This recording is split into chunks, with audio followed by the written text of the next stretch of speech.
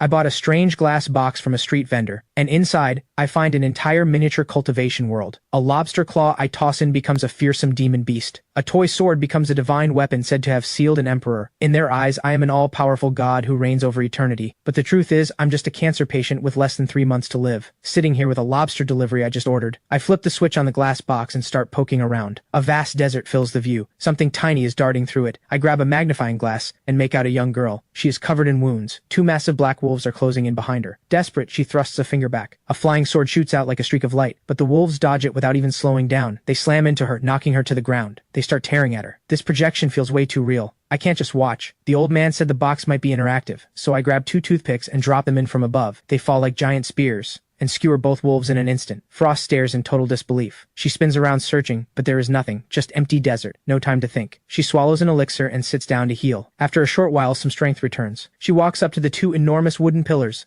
the toothpicks, and stares at the dead wolf demons beneath them. A chill runs down her spine. Whoever did this has to be an incredibly powerful master. She presses her hands together and bows. I am Frost, a disciple of Azure Thunder Sect. Thank you, Senior, for saving me, but a long silence follows. No one answers. Meanwhile, the senior Frost is calling out to is answering his door for a lobster delivery. I carry the box back to my room, just about to dig in, when I notice the tiny girl inside the box kneeling in front of the toothpicks, lips moving. I lean in closer. I finally make out her words. Thank you, Senior, for your aid. Please retrieve your sacred weapons before others take them. Sacred weapons? These are just toothpicks. The interaction on this thing is absolutely insane. It even generates its own story. I ignore her and start eating, watching the tiny girl pace anxiously around the toothpicks, until she suddenly collapses. She has not eaten in half a month. At only the 13th level of chi refinement, she cannot yet sustain herself on spiritual energy alone. Her eyes drift to the wolf demon's corpse. To survive, she has no choice. Frost cuts off a chunk of wolf meat and puts it in her mouth. The raw stench almost makes her gag, but staying alive means she has to force it down. I'm completely glued to the screen. I gently set one of my lobster claws down next to her. Something enormous and fiery red crashes down right in front of her. The ground shakes. She stares up at it. What kind of beast does this giant claw belong to? It's enormous. Then a voice reaches her, not from outside, but from within. Eat. Frost snaps to attention, scanning her surroundings. Still nothing in sight, but she understands. Senior has acted again. Thank you, Senior. Just the smell alone fills Frost with a sudden surge of energy. She tests her flying sword, driving it into the claw. There's a grinding screech, and her sword snaps clean in half. The claw doesn't have a scratch. Frost stares at the broken blade, eyes glistening. The sect was never wealthy. This sword was something Sarah had saved up for years to forge for her. Meanwhile, I'm watching the whole thing with great amusement. 800 yuan well spent. Look at that little face. She's about to cry. The detail is unbelievable. I decide to crack the claw open and see what she does next. Stand back. Frost hears the voice and looks up, confused. A colossal golden hand descends from the heavens and effortlessly wraps around the giant claw. With a sharp crack, the shell splits open. The golden hand fades back into the sky. Eat. Frost's mind is spinning. She knew Senior was powerful. She had no idea it was like this. The pale white meat glistens before her. She can't hold back anymore. She digs in with zero dignity. Watching her go at it like that somehow makes me hungry too. But then, something catches my eye. The lobster meat in my box. There's less of it. How does a projection cause actual food to disappear? I look back at the toothpicks. They are covered in wolf blood. No way. This can't be real. Has the cancer spread to my brain? Am I hallucinating? I run a hand through my hair. I need to test this. I start studying what the box shows me. The view inside always stays centered on the girl. I can't see anything beyond a certain range. Is the box only able to show what's within about 300 meters of her? I'm still thinking when the ground starts to move. Something underground is heading straight for her. Watch out, I shout. Frost, only halfway through her meal, hears the warning. She grabs the broken blade on instinct and scans her surroundings. Through the swirling sand, something huge is rushing toward her. A wasteland sandworm. These things, aren't they supposed to be dormant? Why are they awake now? Wait. Frost glances back at the giant red claw behind her. That's why. But she has barely a second to think. The sandworm, nearly 20 meters long, is already on top of her, jaw stretched wide. Frost grips her broken sword. She leaps straight at it. The worm doesn't even take her seriously. That's its mistake. The broken blade drives straight into its skull. The worm screams in pain, thrashing wildly. I'm getting anxious watching this. Then I spot the lighter on my desk. I grab it and pop out the piezoelectric igniter. Move! Frost hears Senior's voice again.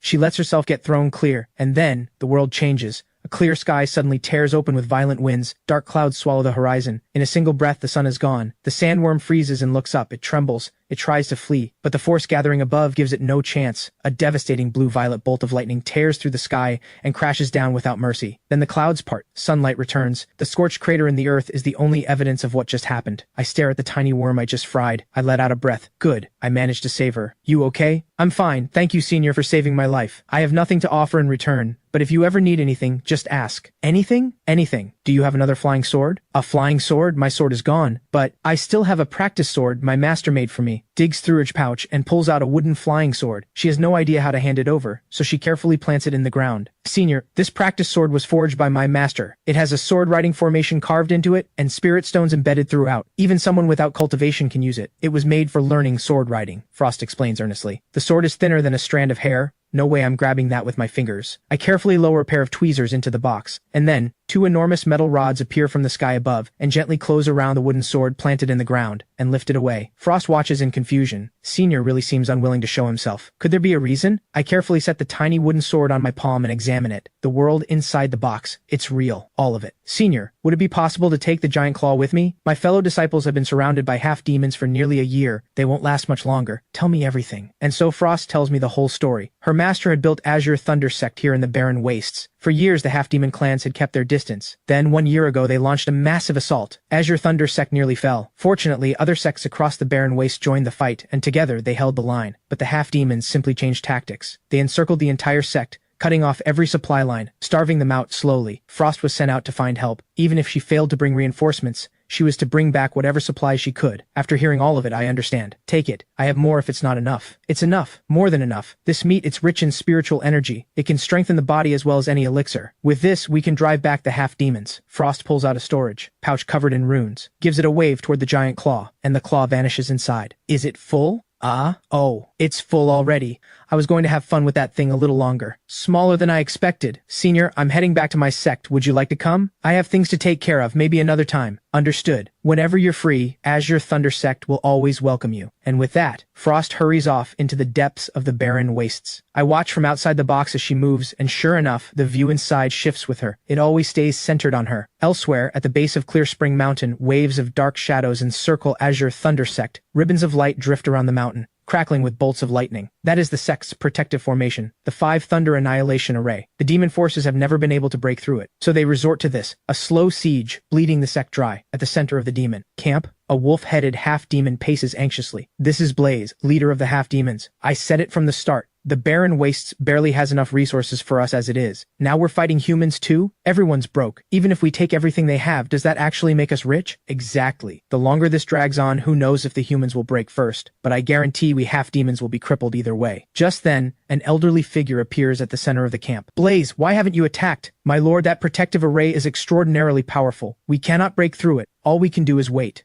I think you simply don't want to. A crushing pressure rolls off him, stealing the breath from every half-demon nearby. Nascent soul. A nascent soul master? Out here? My lord, please calm yourself. You may not be aware. The other sects fear they'll be next after we take Azure Thunder Sect. They've all gathered here and are fighting us together. Small sects on their own mean nothing, but united, they are not to be underestimated. The old man laughs. A ragtag bunch. No matter. The Grand Elder's situation is nearly settled. Now it's time to deal with these troublemakers. Blaze thinks to himself, what did I do to deserve this? You humans and your endless drama. Why do we half-demons always get dragged into it? Still, you do serve a purpose. You've kept everyone pinned down here, and no one has slipped through. Blaze hesitates. Well, one girl got out, but my lord, don't worry. I've already sent people to hunt her down. The old man stiffens. He pulls out a scroll and unrolls it. The face drawn on it is unmistakably Frost. Is this her? Yes. That's her. Just then, a small wolf demon comes sprinting in. My lord, the ones sent to hunt the human girl are dead. What? She escaped? No, my lord, she's actually come back. I'll go kill her myself. No, let her return. We'll send her and her sect master to the grave together. But my lord, Azure Thunder Sect burned through everything just to break our siege and send her out for help. What if she actually brought back something dangerous? The old man smirks. What force in this world could stand against Celestial Tao's sect? We are the #1 sect in the Central Lands, the head of the Righteous Alliance. Blaze already knew this old man was dangerous. He had no idea just how dangerous. How did a tiny sect like Azure Thunder Sect end up crossing Celestial Tao sect? And that girl, she hasn't even reached foundation building. How is a nascent soulmaster personally hunting her down? Every instinct tells Blaze, some things are better left unknown. Back at my desk, the tiny wooden sword begins to tremble. Then it starts growing. It expands until it becomes a full-size wooden sword, nearly 1 meter long, covered in intricate carved runes. I pick it up, completely baffled. It's surprisingly light, warm even. But how am I supposed to use this thing? I try picturing it in my mind. I imagine the sword lifting into the air. It shudders. Then it slowly rises from my hand and hovers there, drifting through the room exactly where I imagine it going. I guide it back, heart pounding. Something pulled from inside the box, and it actually works out here. Maybe I don't have to die after all. If I can pull elixirs out of the mystic realm, they might actually cure me. I force the excitement down. There's one thing I need to confirm first. Who exactly was the old man who sold me this box? Half an hour later, I'm back at the spot where I found the stall, but the old man is gone. The whole stall has vanished. A nearby vendor grins at me. Hey kid, did that old man scam you too? Let me tell you. His son was a grave robber. The son dug up the tombs and the old man handled the selling. A few days ago, the son got buried alive in a collapse, and the old man dropped dead from a heart attack. So yeah, your 800 is gone. I just stand there blinking. The box was dug out of a tomb, and everyone who touched it kicked the bucket. Though when I think about it, I don't have many days left either. Somehow that makes me less afraid. My phone rings. It's my cousin Leo. Heard you quit and went after that cheapskate Tang. Yeah, he owed me wages. Come up to Wanjing Mountain. I've got some temp work for you. Wanjing Mountain is the largest range in Tianhe City, ridge after ridge, stretching as far as the eye can see. But as I make my way up, I don't feel tired. At all. It's like there's an endless current of energy running through me. Some seriously fit hikers try to race me. They can't even keep me in sight. Is this a hike? Or why am I basically jogging the whole way up? When did regular people get left so far behind? It has to be the spirit stone in the sword, channeling spiritual energy into me even without active cultivation. I need to ask Frost for a proper technique later. I don't need to be unbeatable. I just need to not die young. At the top, I find a rundown Taoist temple. A young Taoist waves at me. It's Leo. Check out my Taoist certification. These days, even Taoists need a license. I heard Taoists make decent money. Sounds like you finally landed a stable gig. Leo's face falls. That was before. These days, the monks have taken everything. Everyone's running to temples now. Hey, want to become a Taoist? It doesn't pay great lately, but at least you won't starve. I'll think about it. I turn him down.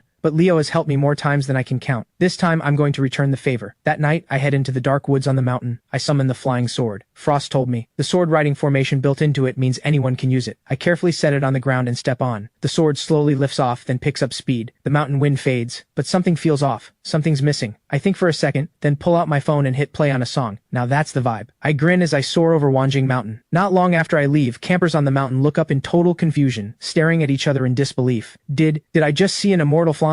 Who got that on video? I did. Post it. This is going viral. Deep into the night, I finally make it home. I'm completely wiped out. I collapse face first into bed and pass out. What I don't know is that my little test flight has just shaken all of Wanjing Mountain. The news of someone's sword riding over the mountain shoots straight to trending. And by pure coincidence, there just happens to be a Taoist temple on Wanjing Mountain. A crumbling, worn-down one at that, so easy to overlook. Isn't that exactly what a real cultivator would do to stay hidden? The internet goes wild. Everyone is convinced there is an immortal cultivating inside that temple. The next morning, the temple is completely mobbed. Leo's old master steps outside and stares at the crowd in total bewilderment. Nobody wants a fortune reading. Nobody is here to burn incense. They all just want to know, can he sword ride? But the old master is quick. He sees exactly what this is. A massive opportunity. The temple speakers start blasting that same song, and every time someone asks if he can sword ride, he says nothing. He just smiles, which somehow makes everyone even more convinced. The monks at the nearby temple watch all this in stunned silence. Forget praying to Buddha. Everyone wants to cultivate now. I catch the trending topic myself and can't help but laugh. Leo is probably swamped right now. Maybe I should go for another flight sometime. Back in the mystic realm, Frost pushes through the journey without pause, terrified of running into more pursuers. Fortunately, luck is with her today. The whole way back, nothing goes wrong. She makes it just before dawn, arriving at Azure Thundersect. From a distance she takes it all in. Ring after ring of half-demon camps sprawling across the barren earth, encircling Clear Spring Mountain completely. Half-demons guard every angle, above and below. Using the hidden trap formation she set on her way out, Frost carefully slips back inside. Frost! A familiar voice calls out. She turns. A small, thin girl is standing right behind her. Ren. The two of them throw their arms around each other. Thank goodness you're back. Master said the protective array won't hold past today. The supplies on the mountain are completely gone. If you hadn't come back, we would have been finished. The commotion draws attention. Sect leaders from across Clear Spring Mountain come rushing over. Seeing Frost standing there unharmed, every one of them exhales with relief. Miss Frost, did you manage to bring back supplies? Is anyone coming to help us? Frost sees the desperate looks on their faces. She knows there's no time to waste. She reaches for the giant claw in her storage pouch, but just then Sarah appears with a cold expression, grabs Frost by the arm, hauls her into the main hall, and slams the door shut. There is no relief on Sarah's face, only anger. Why did you come back? Didn't I tell you, once you left, don't come back? Sarah's fury is not without reason. The talk of reinforcements and supplies, all of it was just a story she told the other sect leaders. The moment she used her last resources to get Frost out, she never intended for Frost to return. Coming back means death. Master, I can't just abandon you. Frost meets Sarah's eyes without flinching. She knows Sarah wants her to live, but does Sarah think Frost doesn't want the same for her? Even if it means dying, she will die here with her master. Sarah stares into those stubborn eyes and knows there is nothing she can say. Why are you so foolish? Master, I brought supplies. Supplies? That won't help us. No, Master, real supplies, a lot of them. Then show me. Master, this room is too small, let's go outside. The two of them step out of the hall. The sect leaders outside all snap to attention the moment they appear. Sarah opens her mouth to speak. Then the sky goes dark. She looks up. An enormous giant claw descends into view, and everyone just stops. What kind of beast does a claw like that even come from? It's enormous. Frost steps forward. Fellow sect leaders, this meat is packed with spiritual energy. The energy inside is gentle enough to absorb directly without any elixir. It can even strengthen the physical body on its own. Sarah turns slowly, mind completely blank. Where on earth did this disciple get something like this? Did she raid a divine transformation master's vault? Sarah grabs Frost by the arm and says quietly, "Tell me everything that happened on your way back." Every sect leader leans in. Frost nods and begins to recount it all. Divine wooden spears falling from the sky, wolf demons skewered in an instant, a storm of thunder and lightning, a sandworm struck dead by a bolt from above. The listeners' expressions grow more and more astonished with every word. Ren sums it up simply. So senior sister ran into a really powerful senior. Frost nods repeatedly. The other sect leaders exchange looks, then press forward. Miss Frost, could we request a meeting with the senior? In a crisis like this, if we could persuade them to act, everything might change. But Frost's expression falls. She has no idea how to reach Senior Kai. Sarah reads the room instantly. We cannot pin our hopes on someone none of us have ever seen, she says sharply. Besides, this person may not be as powerful as described. That lands. Everyone pauses. After all, Frost is only a low-level chi refinement cultivator. The thunder that split the sky, the hand that blotted out the heavens, it could all be exaggeration from someone who simply hasn't seen enough of the world. Frost is frantic. Senior really is that powerful. Why won't anyone believe me? Outside the glass box, I've been watching the whole thing since I woke up, and honestly, I'm a little annoyed. You tiny people who couldn't even handle a lobster claw? What gives you the right to doubt me? Fine, you want a hand that blots out the heavens?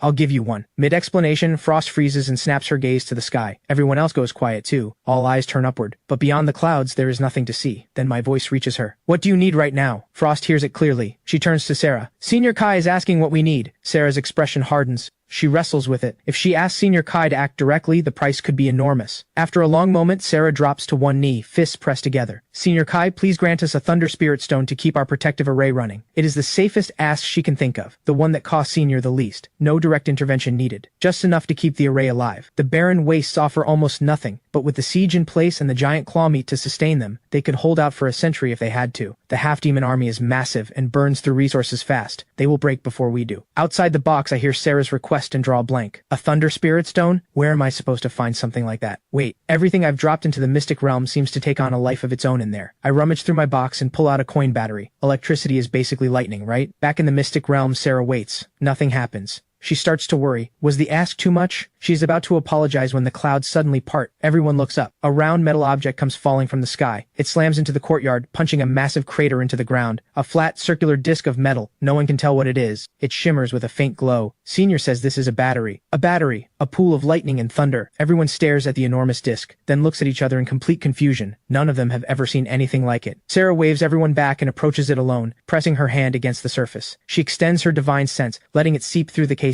and into the core. The clear sky disappears in an instant. Dark clouds crash in from every direction. Bolts of lightning erupt from Clear Spring Mountain and surge upward into the heavens. The entire mountain is swallowed in crackling light. Sarah stumbles back, drops to her knees, and coughs up a mouthful of blood. This is a thunder pool. Her eyes tremble like she cannot believe what she is sensing. A thunder pool? Like the ones at Thunder Spirit Sect in the Central Lands? A pool that absorbs raw lightning, strengthens the body, and can even rebuild flesh from within. And now one sits right in front of them. Everyone swallows hard. Sarah is more shaken than anyone. Yes, this thunder pool is smaller than the ones in the Central Lands, but the raw power inside it is no weaker. If anything, it might be stronger. Someone who can blot out the heavens with one hand, and this is just a casual gesture? Seeing the blood at the corner of Sarah's mouth, I quickly put down the larger batteries I had picked up. I was worried the coin battery might not have enough power, but looking at this, thank goodness I used the small one. A bigger battery might have killed Sarah outright. I watch as Sarah weaves spell after spell, linking the protective array to the coin battery. Energy begins flowing steadily from the battery into the formation. The once dim array slowly blazes back to life. Bolts of lightning leap and dance across Clear Spring Mountain, radiating terrifying power. I set my phone down.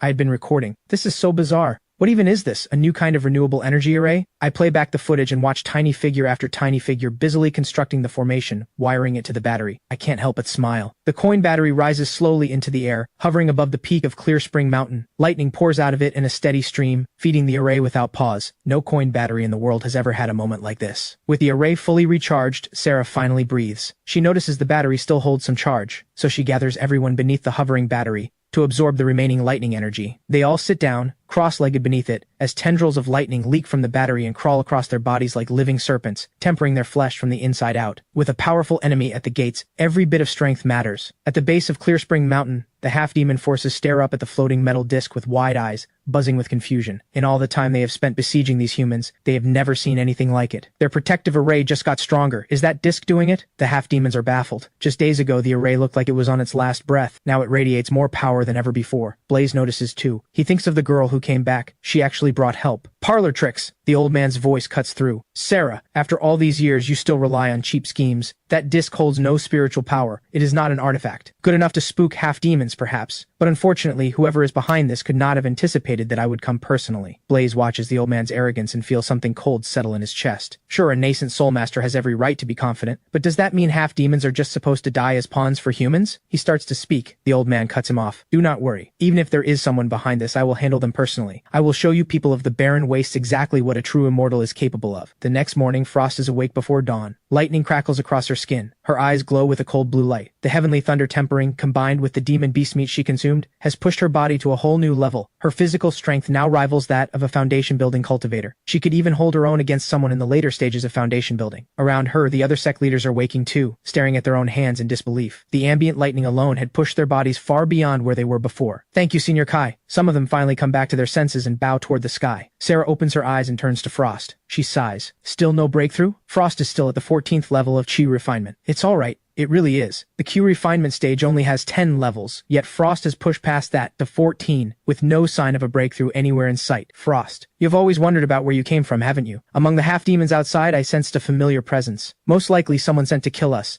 Or more precisely, to kill you. If we survive this, it is time I told you everything. Sarah rises slowly and lifts off the ground. Down below, another figure rises from within the half-demon forces. Ren gasps. That's a human. Why is a human standing with the half-demons? I've been watching closely, and now I sit up straight. This looks like it's about to turn into a fight. Should I step in? Maybe not yet. If I go too hard, I might accidentally take out Clear Spring Mountain along with everyone else. Let me think. What do I have that's more precise? I start digging through my room. Meanwhile, Sarah fixes her gaze on the figure in the distance and speaks. Elder 7, it has been a long time. You still remember me? Sarah, impressive. 20 years of hiding right under our noses. No wonder you ran off with the girl and left the sect. 7 flying swords rise slowly around Elder 7, his aura surging to its peak. He is clearly going all out. Out of respect for the time we once shared the same sect, hand over Frost and I will make it quick for you. Otherwise, Elder 7, does Celestial Tao's sect truly have to go this far? Elder 7 answers with a cold laugh. 7 flying swords slash through the air, sword energy tearing in every direction. Then all 7 swords converge, erupting into a single devastating wave of sword energy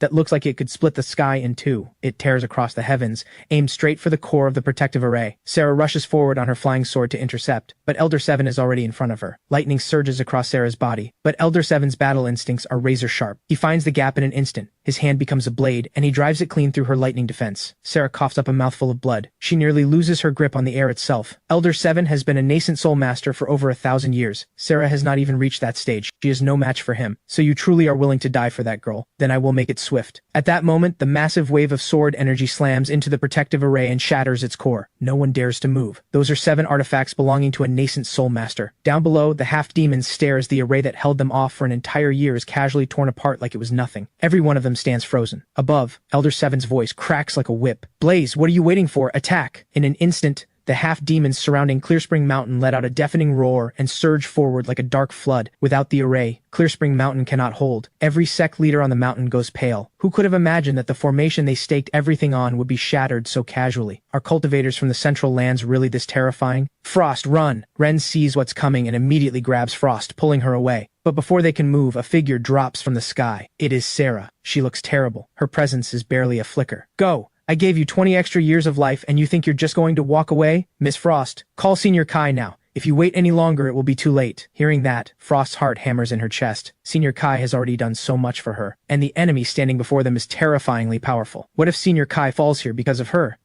It doesn't matter who you call. Right at that moment, I suddenly remember the laser pointer I picked up from that shop. I dig it out of my bag. This should do something. Just as I'm about to act, a woman's voice suddenly echoes in Sarah's fading mind. Sarah! Stop being stubborn. Apologize to the sect master. Hand over Frost and the mystic blood. The sect master promises his people will come for you immediately. Hearing that familiar voice, Sarah just smiles. Senior sister, why do you think I left the sect in the first place? Sarah, Frost, tell Senior Kai, if he is willing to act, I will offer him the mystic blood. Sarah is ready to die, but the child of her own master cannot die here. Before Frost can even reach me, a single red dot appears in the sky. In less than a heartbeat it streaks downward, cutting through the air like a pillar of fire. The beam drives straight down onto Elder 7, wrapping around him completely. Crimson flames erupt across his body. He tries to flee. The beam follows without hesitation. Everywhere it passes, the ground melts into lava. Elder 7 burns alive. Then the red light vanishes in an instant, and everything looks as if nothing happened at all. A nascent soul master of that caliber, and not even ash remains. Outside the box, I click off the laser pointer. That thing hits hard. Ren, you okay? I'm fine, Senior Kai. I'm fine. Other than being thoroughly terrified, Ren does not have a single scratch. Sarah hears Ren murmuring to herself and knows Senior Kai is speaking to her again. Ren, the mystic blood, the mystic blood. Hearing that, Frost speaks up quickly. Senior Kai, my master wishes to offer you a treasure called the mystic blood. We can discuss it later. Clean up the situation first. Senior Kai says we handle the aftermath first. Blaze grits his teeth. He knows there is still someone watching from above. He walks straight up to Frost and drops to his knees. Sect Master Sarah, this war was started by me. Do with me as you will. My people only followed my orders. Not one of them has actually killed any of your people. Please spare them. I will send them north to the frozen tundra, and they will never return. To keep his people alive, this is the only move Blaze has left. The sect leaders are furious, but seeing Blaze like this, no one can bring themselves to speak. They all turn to Sarah. This is not my call to make. Let Senior Kai decide. Outside the box I hear everything. Honestly, they are not bad people. Elder 7 forced their hand, and more importantly, some of these half-demons are catgirls. Sure, let's keep them around. Frost stares blankly, convinced she misheard. Senior Kai says he will take you in. Take us in? What does that mean?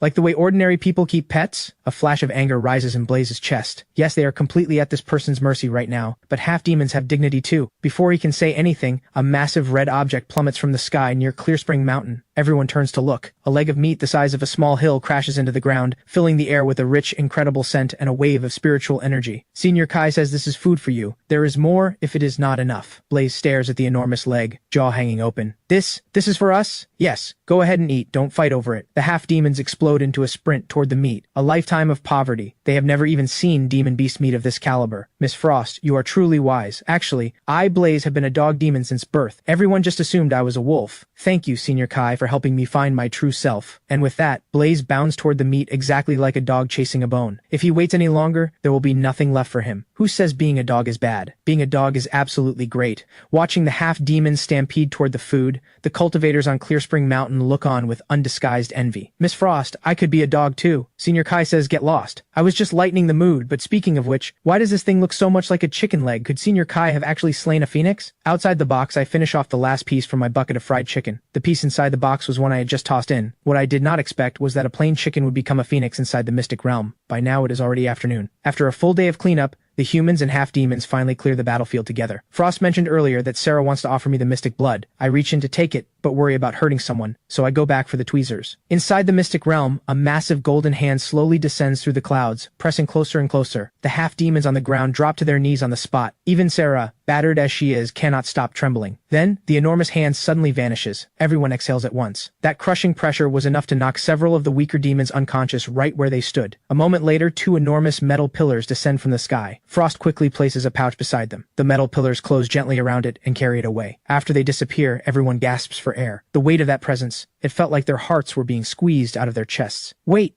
Blaze suddenly shouts at the sky, fumbling to pull out a round stone. My lord, this is a demon beast egg passed down from my ancestors. They say an ancient dragon descendant sleeps inside. Please accept it. At that, the metal pillars that just left come back down. Blaze sees them coming and thrusts the egg above his head. The pillars close around it gently and carry it back up into the sky. Lady Sarah, we have all received Senior Kai's blessing, and we are all stuck here in this barren wasteland. Why not join forces? After the battle with Elder 7, everyone here has realized the same thing. The real threat to the barren waste has never come from within. It comes from outside. A single elder was enough to throw everything into chaos. If they do not unite, are they just going to sit here and wait to be picked off one by one? Sarah had assumed Senior Kai was after Frost's Dao fruit, but looking at everything now, perhaps he simply does not care about that at all. All he has done is keep Frost safe. All right, I agree. That night, Frost stands gazing at the sky, thinking of Senior Kai. Just then, Sarah walks up behind her and stares upward too, lost in thought. Master, do you think Senior Kai really came from the Sea of Calamity? I have a feeling he might be an immortal. An immortal? But can immortals even descend to this realm? Sarah is not sure either. But who else, when faced with a heaven-born Daobone, would show such complete indifference? Only an immortal. He chose you, Frost. He must have seen something in your gift. Your heaven-born Daobone demands an enormous amount of energy to satisfy. That is why your progress is slow. Immortals are different from US cultivators. Every time they act, it carries karma. So from now on, ask as little of Senior Kai as possible. Every action he takes brings karma backlash in return.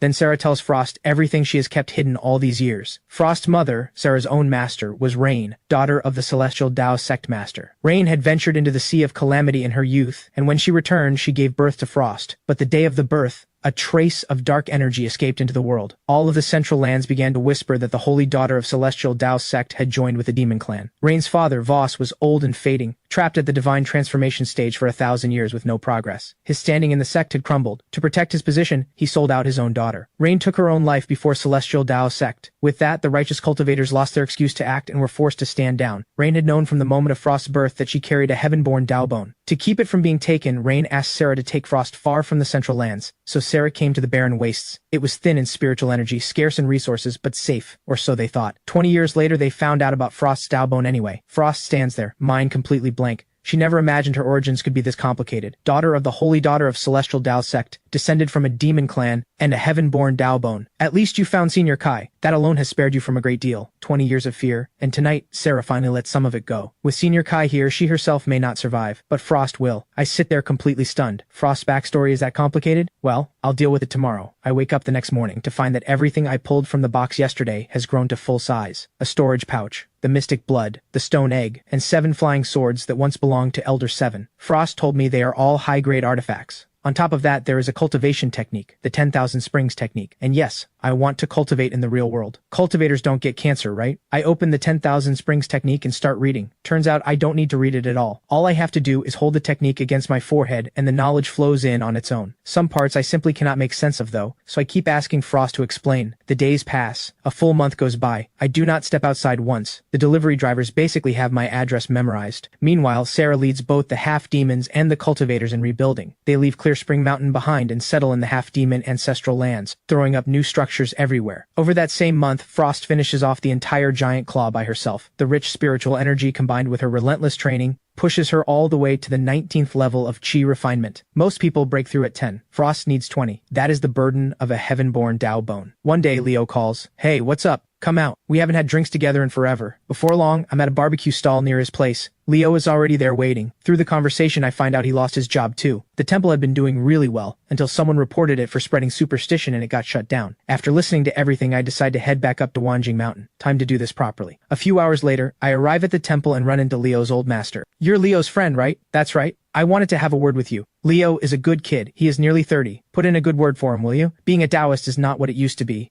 These days only the famous ones make real money. Staying with me leads nowhere. Look, even my temple is gone. I don't know. I still see plenty of young people who love Taoist culture. That's different. What they want is the kind of immortal you read about in stories. But if Taoism actually had real immortals, would we have ended up like this? Maybe there really are some. You saw those people lining up last time? That was just a bird flying by. Anyway, I'm retiring next month. This is Leo's wages for this month. Pass it along for me. He hands me an envelope and heads down the mountain. I tuck it away and stare up at the sky, lost in thought. Time drifts by. Before long, it is deep into the night. It is time. I get up and walk into the woods behind the temple. I open the storage pouch and pull out a jade stone. Inside the clear jade, threads of deep red liquid swirl like blood. This is the mystic blood. The treasure Rain brought back from the Sea of Calamity. It can rewrite fate itself. It can awaken a spirit root in someone born with none. It can turn an ordinary person into something extraordinary. I take a slow, deep breath, then I crush the jade in my fist. The red liquid seeps into my body. In just a few seconds, it fully merges. A tidal wave of energy crashes through me. I push the 10,000 springs technique into motion as fast as I can to absorb it. First level of chi refinement, second, third, all the way to the 10th. The clear moonlit sky over Tiani City vanishes in an instant. Thunder splits the air. Lightning churns through the darkness in wave after wave. Some people who were camping nearby come crawling out of their tents, cursing at the sky. They start packing up their gear. "Hey, look! Over there! Near the temple!" A bolt of lightning tears open the sky and strikes a figure hovering in the air.